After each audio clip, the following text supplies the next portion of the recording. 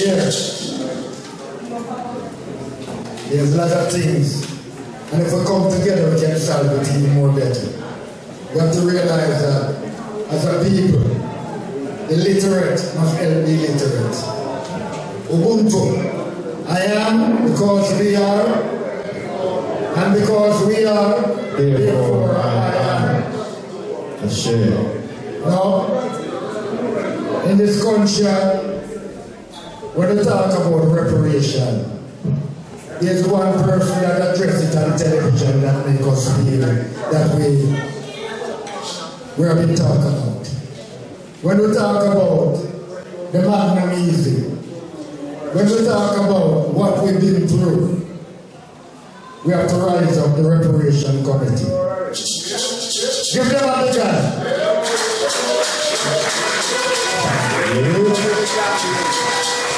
And part of that reparation committee is our dear sister Esther Standford.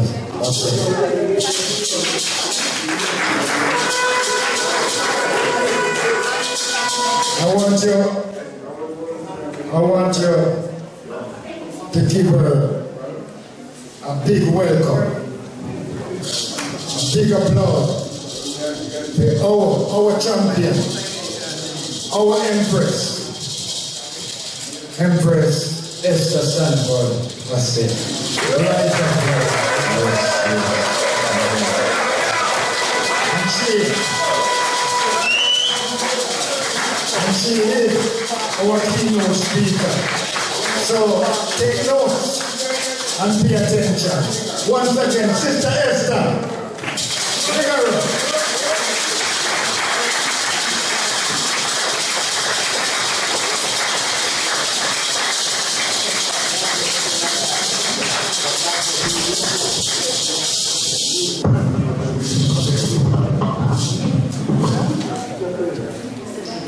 Okay, greetings, warm greetings. It's an honor to be here. Do I have permission from my elders to speak? So, it's really great to be here again. I haven't been for a few years, but I'm really thankful and grateful to have been invited to just say a few words for Parents and Ancestors Day. So rise up to Galaxy Radio and all of the supporting organisations for putting this on. Such an important day. And of course, let me honour my own mother who has joined me.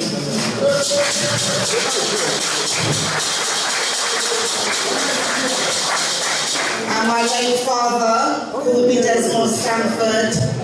Obviously they made me together. My brother is here, my youngest brother Dion, and my nephew, Simeon. You're the oldest nephew, right, Simeon? So I brought some family support with me today because what we're talking about in terms of honouring our parents and ancestors has to ground us in our families.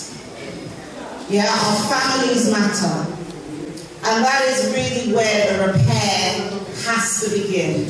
That is where our claim for redress and reparations begins. It begins with examining what has been happening in our families. And I really want to give thanks to our contributors who just spoke, speaking about Windrush compensation. And in fact, Elder, when I was listening to your story, this is exactly the kind of story that is a reparation story, right? And these are the kind of narratives that we are looking for in the Stop the Ma'angamisi Recharge Genocide Ecocide campaign. Because there's a bigger injustice around how the British state has misused so-called colonial subjects, as you have said, to go and fight their wars of conquest, and then just want to kick you to the curb. That is a crime against humanity.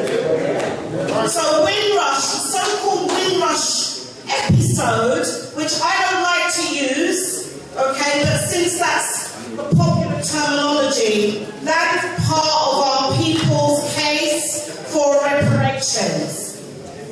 Yeah, and the reason why we need to seriously examine this experience of our elders and their descendants is because it is also one of the greatest tools of social engineering that we have seen this century. Because what it does, it separates our people on the basis of their identity, and a lot of the redress for so-called Windrush claimants is about the right to remain in the United Kingdom or wherever else we've been trafficked to or we came as economic migrants. And what that does, it puts a rupture in the wider reparations case, because our people were never fighting for the right to be British or to be English, as I've seen in some of the cases. Now that doesn't mean that we don't have a right to belong here and that we cannot have citizenship. But our citizenship is a special case. A special case. Because of the role of the British Empire in dispossessing our foreparents and our ancestors from their homeland, from trafficking them to the Caribbean and the wider Americas, through which many of them were forced to come here. I talk about my father's generation. My father's now deceased. But when he came to this country with his brother from Barbados, he said that the only work that was there in the colonies, in Barbados in particular, was to join the church and become a reverend. So him and his brother came here in search of building a future.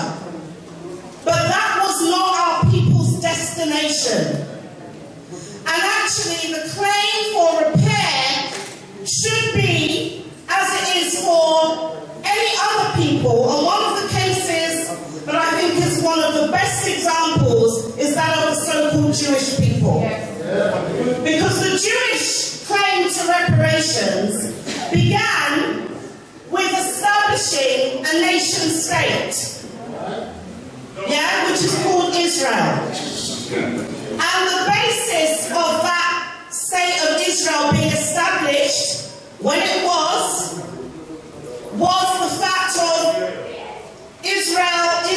Israelite people, but they're Israelis, not Israelites. There's a difference. But Israeli people arguing they had been dispossessed of their original homeland of Israel from AD 70, and therefore they were a diaspora that was subject to persecution because they did not have a homeland.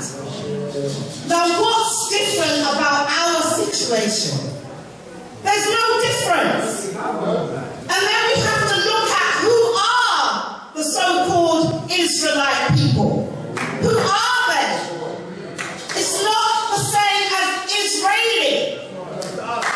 Okay? So when we look at our dispossession, we know that it's been going on for centuries. And in this regard, what's known as geopolitics matter.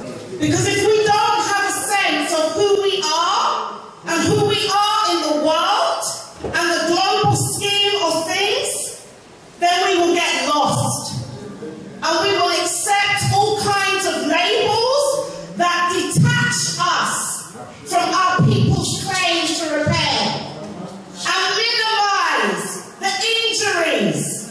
Remember, our parents and our ancestors, well, maybe some of our parents were, because they were also subjugated.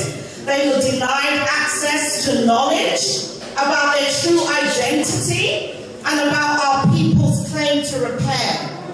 But if we go back into our families and we trace much further down the line, we will see that our people had alternative visions of of freedom.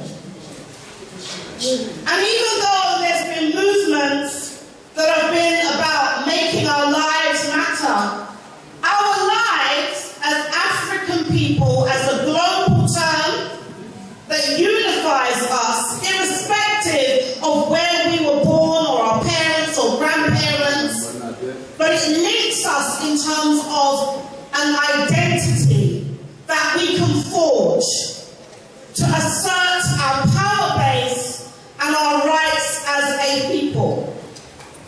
Yeah? That we are dispossessed of. So part of the reason why we're going through these continued crimes against humanity is because we've never restored our identity and asserted our legal personality. What does that mean?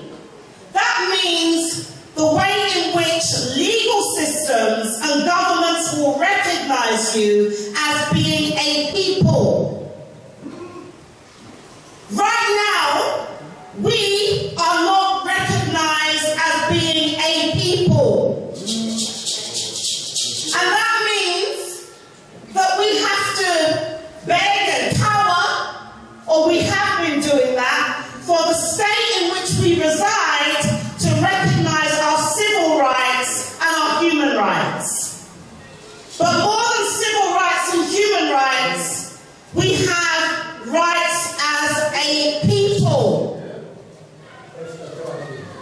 We have rights as a people. We have rights to our sovereignty. We have rights to our self-determination as a nation that is global. Doesn't matter what passport you may or may not have, or what country colonized us. That is not our nationality. That is not our nationality. And we, those who are the descendants or the ascendants of those that were stolen from Africa, have a right to restore everything that was taken from us, that was stolen from us. And the reason why these nations remain strong is because they are standing on our backs, and they are inverting the energy of our identity to give them the power to rule over us. How can a small proportion of humanity rule the planet? 3/4 of the planet in terms of an empire, which is what happened here. This little island here. How did they do it? How did they do it? And so when we are looking at repair, if we do not know what we have lost, how do we know what to restore and what to build back? How do we know? How do we free ourselves from the captivity of our historical and contemporary oppressors? So right now, while they're marooning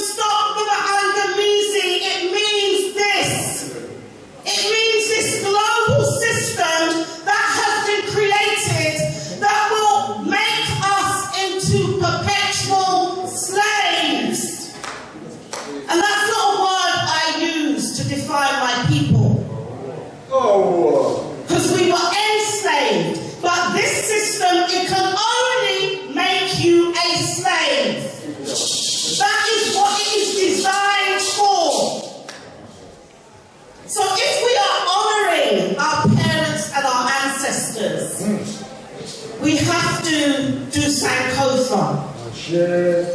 We have to dig back into the wellspring of our people's story. From when creation began, to how we peopled the planet, to how our bloodlines run throughout all of humanity. And in fact, not just Africa, but Mother Earth, Nana Asasenya is ours. Our inheritance. Because we are the children of the great civilization builders. But as long as we try and fight our struggles for redress within the prisons and the circumference of our oppressors, then we will only end up fighting a battle that will have to be fought again and again and again. So repair is a radical solution. And many of us who are using that word of reparations, which is the root, repair is the root of reparations, many of us using that word don't fully understand what it means. We don't. So guess what? They'll tell us and try and get us to focus just on financial compensation. And just the other day, there was a report that was launched in conjunction with the Centre for Reparations Research at the University of the West Indies, CARICOM Reparations Commission, which identified what they will say is the first time, but it's not, that damages, in terms of compensatory damages, have been assessed for what is termed transatlantic chattel slavery. And the figure that was released in terms of what European nations, in fact 31 countries that have been impacted, is 108, in between 101 and 133, I believe, trillion US dollars. Now, and it's claimed that Jamaica is entitled to $9.5 trillion, especially from Britain. Now, some people have been going on about this figure, but this figure is actually a low figure. If we're going to quantify it in European currency, it's a low figure. Because what it does, it starts the counting from when we were literally trafficked. It doesn't deal with the invasions, the wars of conquest, the assassinations of our traditional leaders, the institution of a colonial system. It just deals with the stealing of the people. But the stealing of the people is not where our claim starts. Our claim starts from what happened in our homeland. That's where it starts. So what we now have is a section of our global African diaspora in the Caribbean trying to get for itself, and when we say the Caribbean, I don't mean those of you who are here that may identify as Caribbean. We're talking about Caribbean states, CARICOM states. And as many of you will know, over 50% of the populations that came from that region live outside. But we are not consulted. We are not included in their plans, their 10-point plan for reparatory justice. So all of the injuries, all of the violations that we face, there is no one articulating that case for us. No African state, no Caribbean state, and no other state in the so-called Americas. And what is the impact of this? What you have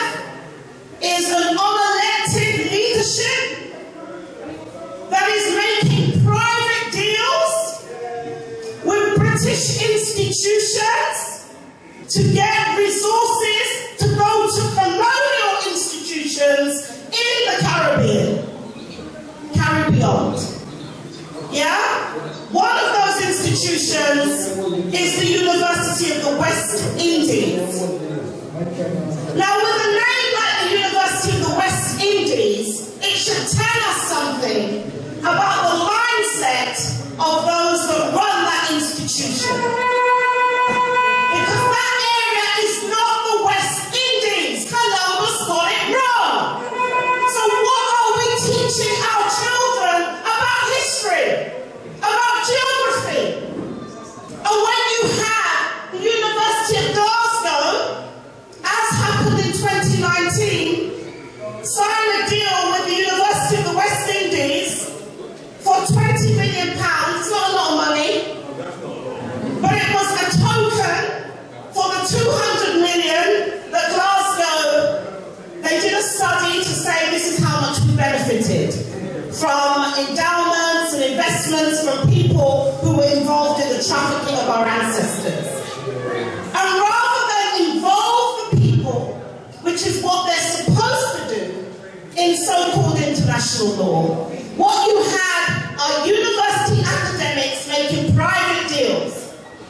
Our MOU, a Memorandum of Understanding, was signed in 2019. It's not public knowledge. None of you have seen it. None of us have seen it. But these are the deals that are being made. So when we are on the streets of London and other cities in this country, and we, through our righteous anger and resistance, are championing the cause for repair, where do we think that is going?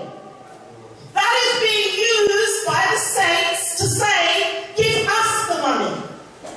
And even in this report that was published, although Patrick Judge Robinson, who is a Jamaican member on the International Court of Justice from 2015, agreed that it is descendants of enslaved people that have the right to repair and to the resources, he also in the same breath says, well, the Caribbean states must get the money. Why? Why? Were our foreparents that were trafficked, that were Igbos, that were Yorubas, that were Khans, that were Fantes, did they consent to a Caribbean identity? Did they consent to losing their homeland and being put on an island? That this century could sink if global warming temperatures rise beyond 1.5 degrees, and by the way, it's predicted to go to 3 and 4 degrees, which will mean mass death for our people. And when you look at these so-called climate disasters, who is suffering from them? Our people. Where is the recovery? It's not for our people. When there were hurricanes in the Caribbean, in Antigua and Barbuda, the whole island had to be depopulated. That's what we're talking about. So these so-called idyllic homes in the Caribbean are part of what we refer to as the Manganese crime scenes. They are evidence of the crimes against our people. And we must remember them. And we must honor them. Because we do them a disservice when we fit them into our frame of reference, rather than us fitting into theirs and taking the time to do that genealogical and ancestral research as to the journeys of our people. So when we're talking about honoring the ancestors and our parents, let us make sure that we are not the ones committing what is recognized in the 33rd principle of Ma'at. Let us not be the ones who commit the ancestral treason. Because a lot of what is happening around repair right now is ancestral treason. And because we are out of our minds, we haven't been taught these things. We haven't been taught the ways of our people. So we have to struggle upon it. And we can only fully understand our people's ways when we are in community. Not when we are just separated families, but when we are in community. When we have access to land of our own, that we can build our institutional bases, that we can grow our food, that we can feed our people and nourish our people. Because without that, we are just going to be victims of their genocide. And what has happened to our people is genocide. And many of us who cling on to these identities, we are complicit in the genocide. I'm not blaming you or us, but we have to know, and we have to also recognize the power that we have to be the change. So Raphael Lemkin, who is the person that coined the term genocide, he was a Polish Jewish jurist. And when he studied how you actually get rid of a people, he discovered that you get rid of a people by destroying their essential foundations of life. You destroy their culture. You destroy their institutions of economics, of healthcare, of child rearing, of education, and then you impose upon them the ways of their oppressors, their colonizers. That is genocide. I didn't make that up. That's what he said. So the destroying of a people doesn't mean you physically kill them all, because many of us are the living dead, because we have been cut off from our life force. That is the Ma'angamizi. And then there's this notion of ethnocide, which is another claim in international law. And ethnocide basically means that people remain, but their culture has been severely attacked and in some cases destroyed. So if you cannot tell me the African name of your great-great-great-great-great-grandfather and grandmother, you are a victim of the genocide and the ethnocide. We pour libations for them, but do we know their names? That is the ancestral treason. We have to know their names. And we can know their names. We commit the treason when we work against what they wanted, what their vision for repair was.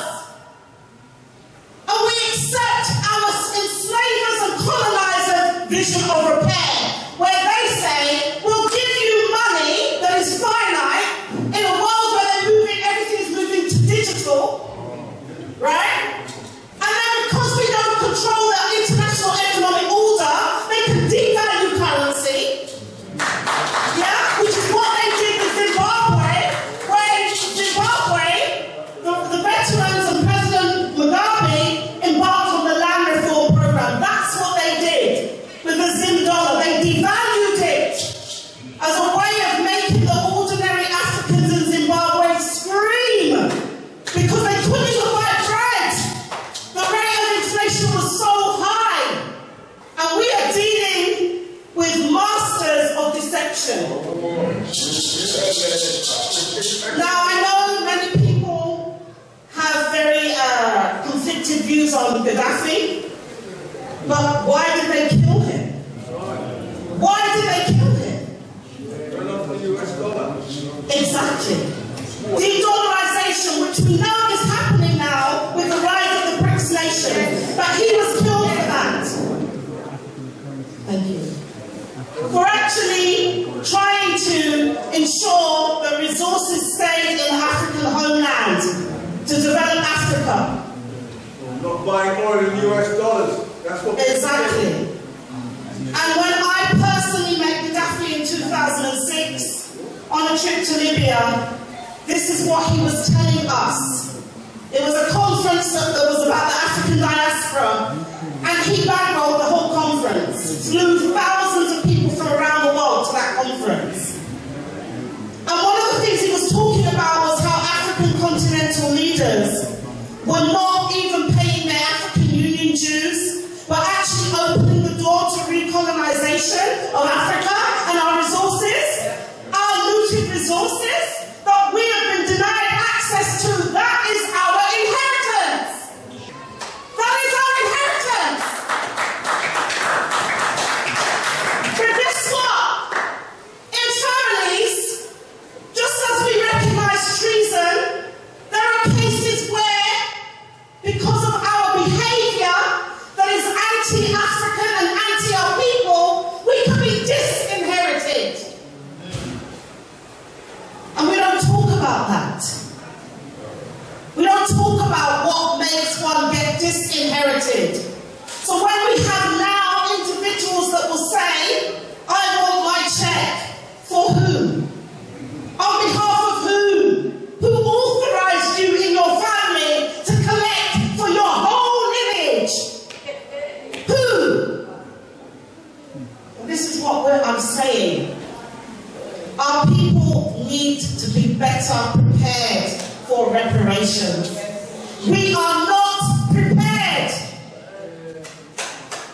And whilst we are making these noises, if we don't build that alternative, our children and our children's children to come for 7 generations and more will be sold out by us. And then how will they view us in times to come for what we accepted on our watch? So when we have Prime Minister Dixon Mitchell of Grenada accept an apology on behalf of the Africans who were enslaved on the 10 plantations that the Trevelyan family owned in Grenada, and he apologizes on behalf of all of the Grenadian citizenry, which half of it lives outside, and he apologizes on behalf of all of the CARICOM citizens. That includes many of you in here. I am a CARICOM citizen. My mother is Guyanese, my father is from Barbados, and I have legal citizenship. Who consulted us? And we cannot stand for this. Because if we're going to honor our ancestors, we have to fight for them in our present. Because if we want to benefit from their labor and from their stolen lives, we have to earn that right. Because what we have suffered is terrible, but it pales into significance what they suffered over hundreds of years in order that we could be there for us, who are looking for temporary security over long-term liberty. That's a judgment that goes contrary to African law. Our laws of Ma'at, the laws of Ubuntu. So when we are dealing with repair, we have to address it with an African mindset. And those that champion and do the negotiations must be people who have their African minds and who have decolonized those minds. Not people who are in love with Europe.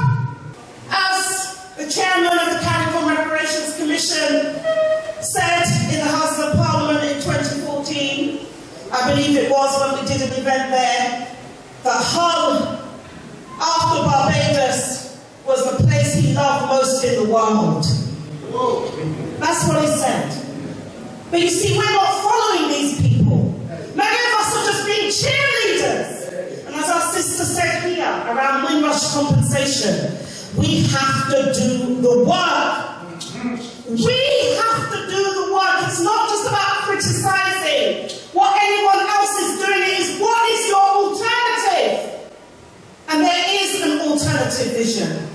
in my closing comments.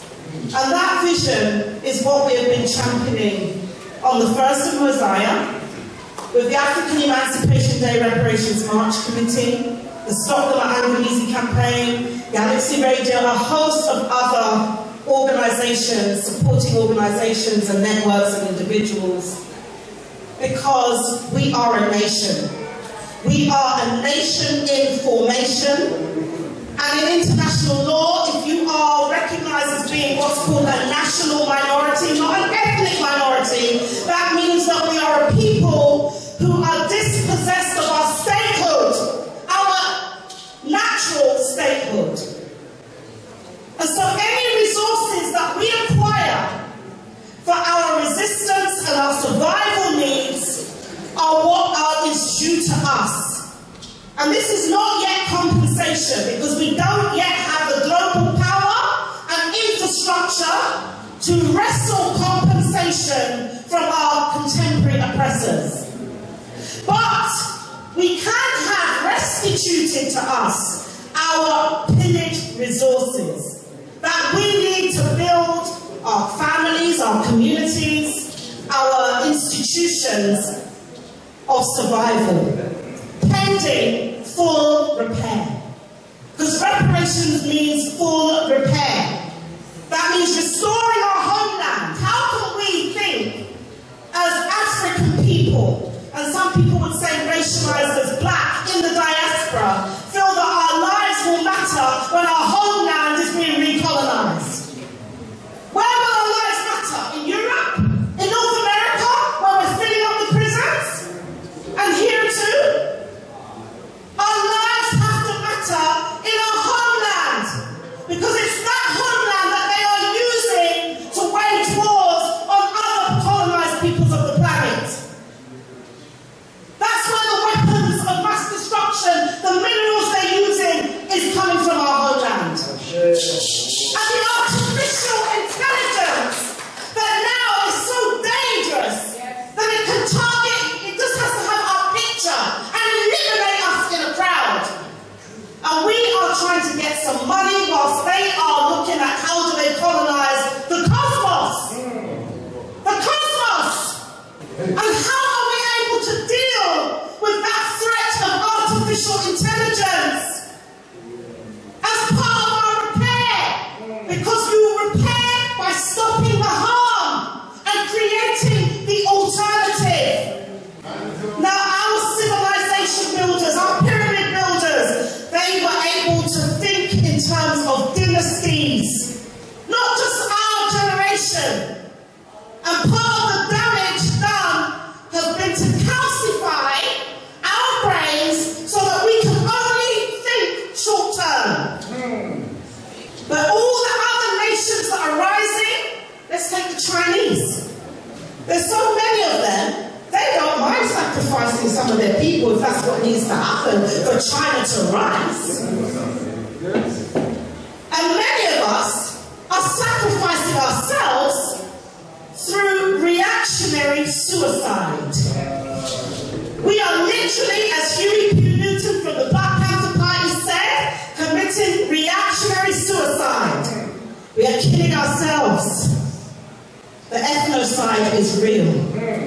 It's not revolutionary suicide, where we decide, if our nation must rise, some of us will sacrifice for the greater good. We have that. It's not just British Army and all these European armies that know about honor. We are the original honor keepers. But we've become cowards. We have become cowards. Because we're looking to go somewhere when we die, not realizing that our historical contemporary oppressors have made heaven right here on earth. Right here on earth. And that is our inheritance. So each and every one of you, go deep into your soul and recall up those Akashic records that tell us our journey and why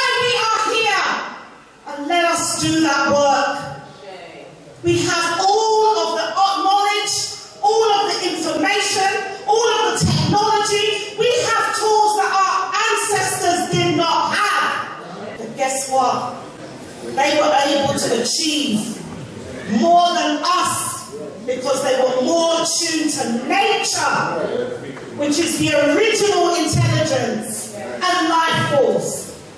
And we have to get back to nature. So our goal of repair should be rematriation.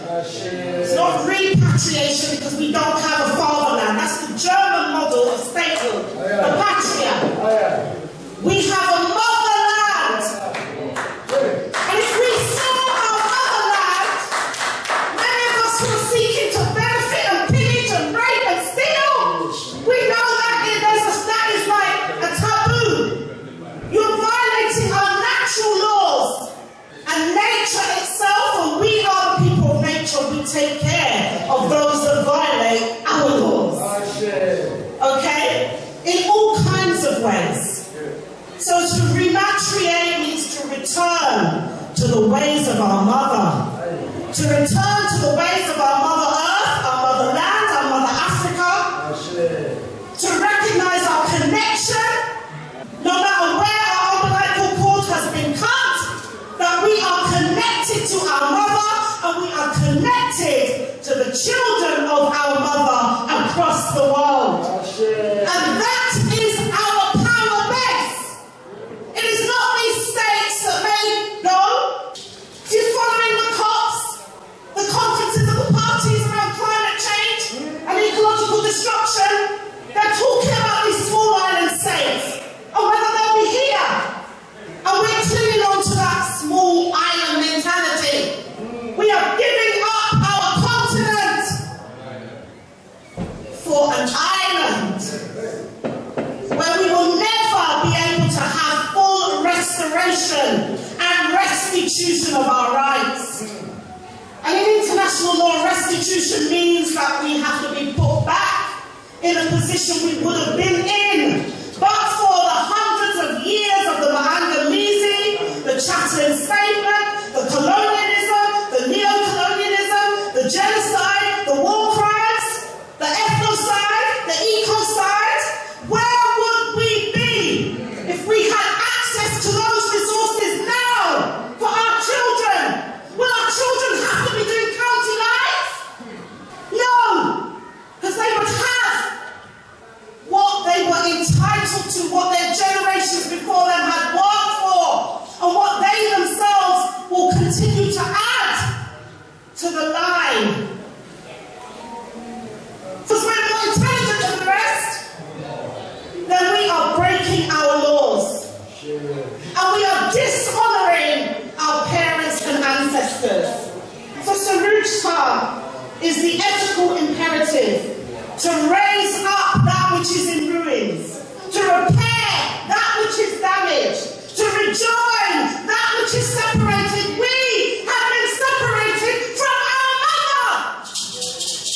And we are suffering the alienation of being separated from our mother. And being denied the nurture of our mother. And that's not to disregard the hard work of our mothers in this room. But I'm talking about our ancestral mother. The universal includes to replenish that which is lacking, to strengthen that which is weakened, to set right that which is wrong, and to make flourish that which is insecure and underdeveloped. That is Sarujta, reparations according to the peoples of Kemet, civilization builders. And since our fall, we've not been able to rise to that level because we are using someone else's matrix and rubric and quantification of what the harm is and what the repair shall be. And we have people who are arguing for money where there is no repair. They literally want to make Europe in Africa. They want to keep us dependent on the US dollar. In many of our countries where there's now, we're not even growing our own food. We're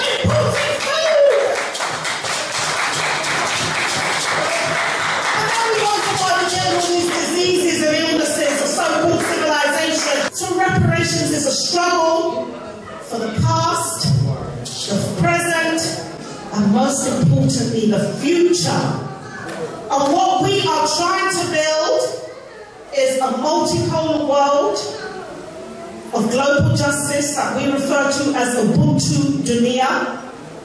Yeah, a world made of Ubuntu, because we cannot think that as African people worldwide, we're going to go up against who? US empire, NATO forces, China, without being able to build our power base. That's the geopolitics, right? And so this multipolar world, we have to ensure that we create a world where we are safe and where there is no more room for any other people to come and do to our children and our children's children what they did to our ancestors. That is the guarantees of non-repetition. That's the most important part of a repair process. So when Jewish people say never again, they mean it.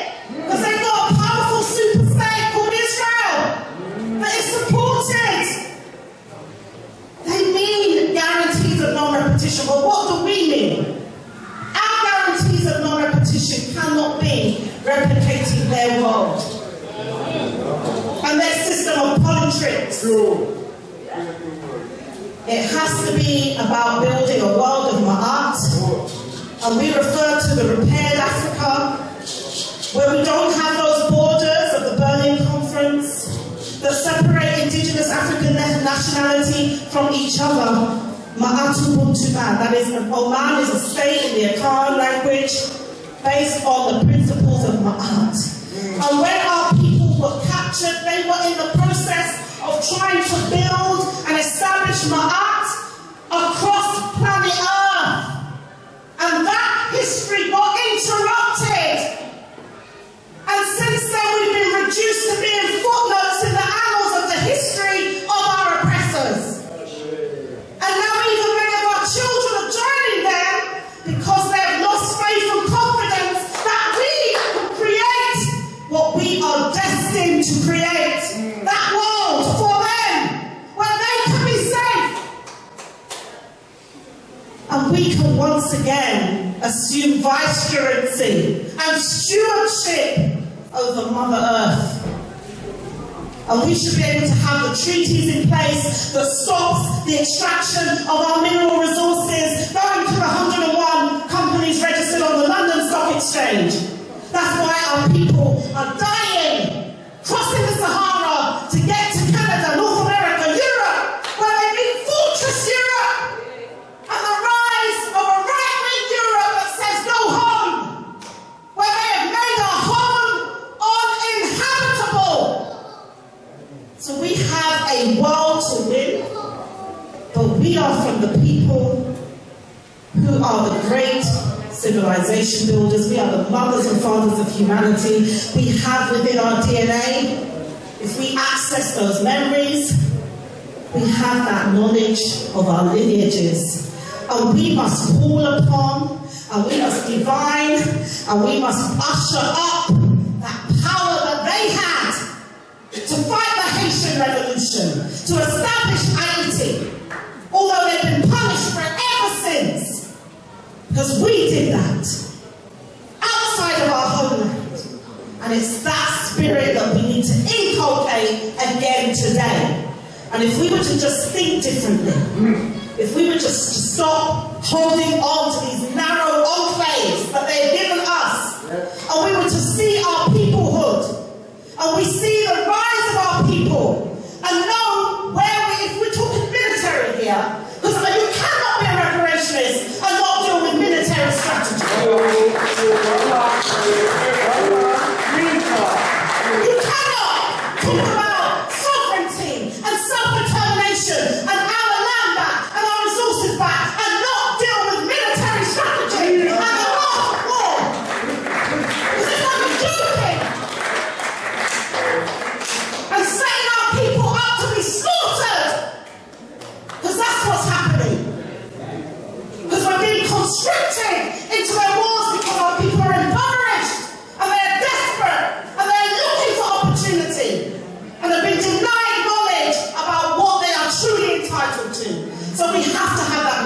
strategy. And I'm talking Art of War. If you've read the Art of War, you know what that's about.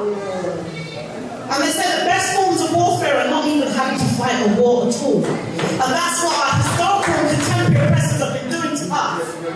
They fight war through the food, war through the education system, war through the religious institutions, war through the public institutions. Every institution that we go to access services, war is actually being declared upon us. It is a system. And in order to overturn this, we have to harness our people's power and the universal creative energies. When we are in touch with nature, we can summon the environmental forces to come to our aid. And that's what they always feared.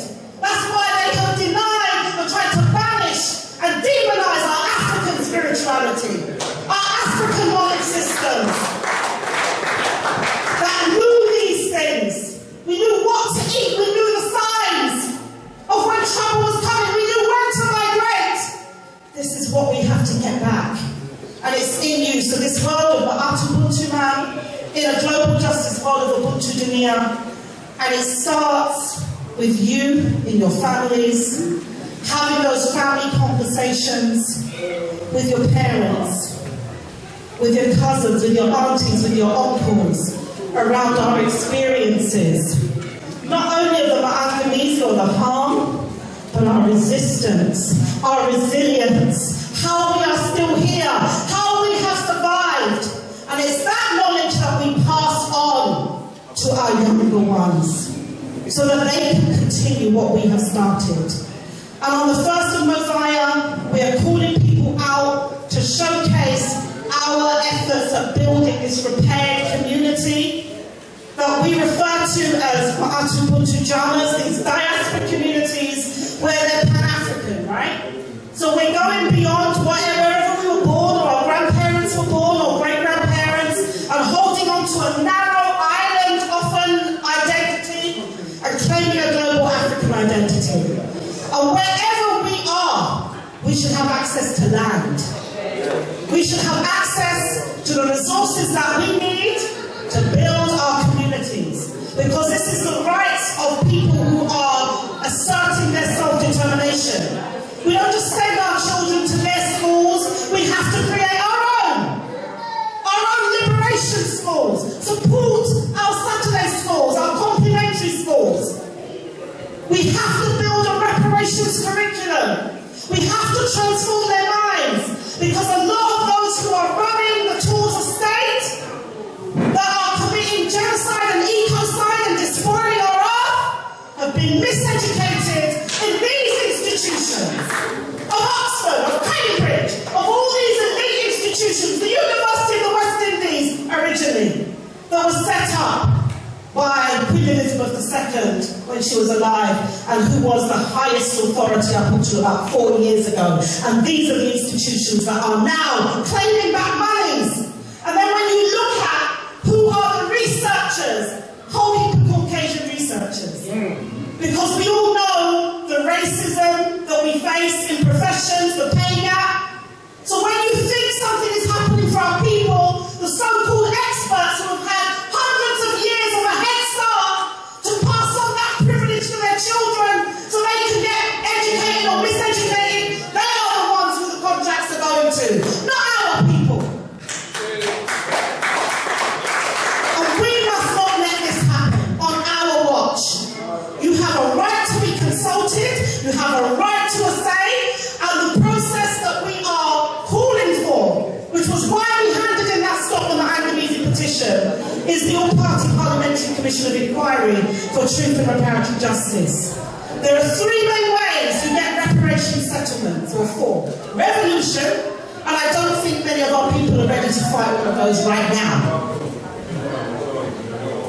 Legal remedies, court cases. How can you have a court case that's going to benefit millions of people around the world? The other 3rd way, after that, is the commissions of inquiry, or the truth commissions. I'm not talking about what happened in South Africa.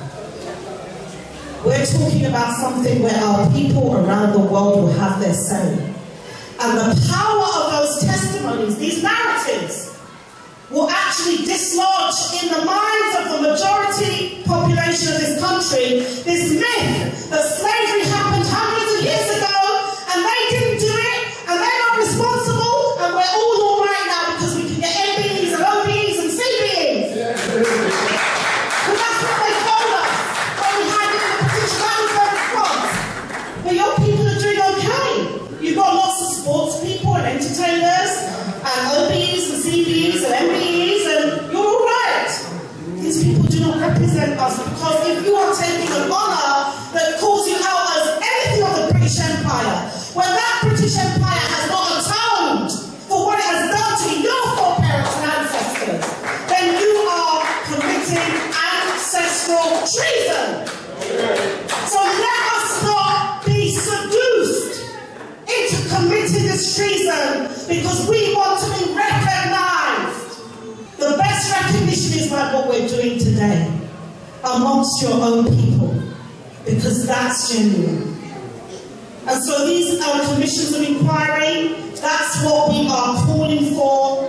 And if you remember the Mau case in 2013, where we were hearing all these gory details about torture of 5 individuals that were claimants, that is why the British government settled the claim.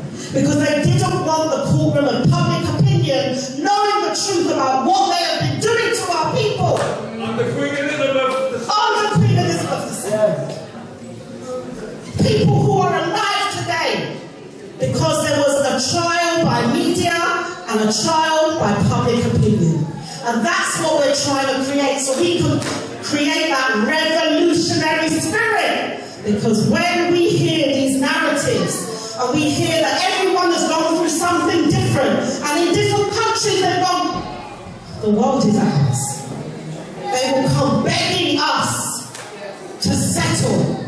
But we have to build that, and we need to buy the time to organise, to build our infrastructure, our institutions, our economy. Because right now, we are captured in theirs. And any gains that we make will go within 1 generation. So we need that time to prepare our people for reparations. And all the different forms of organisation that we will need to effect, to secure, and to take what is ours. Ashe.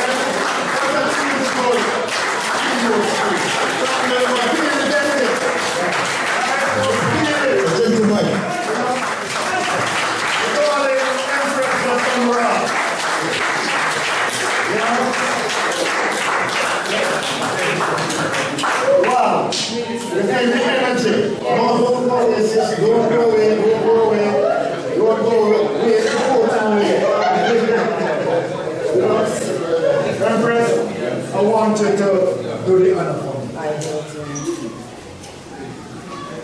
What can I say? Can we give this people another round of applause?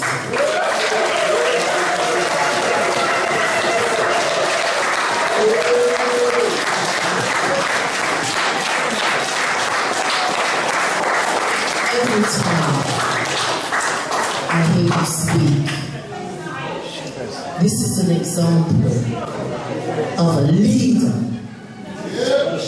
This woman is an example of a leader.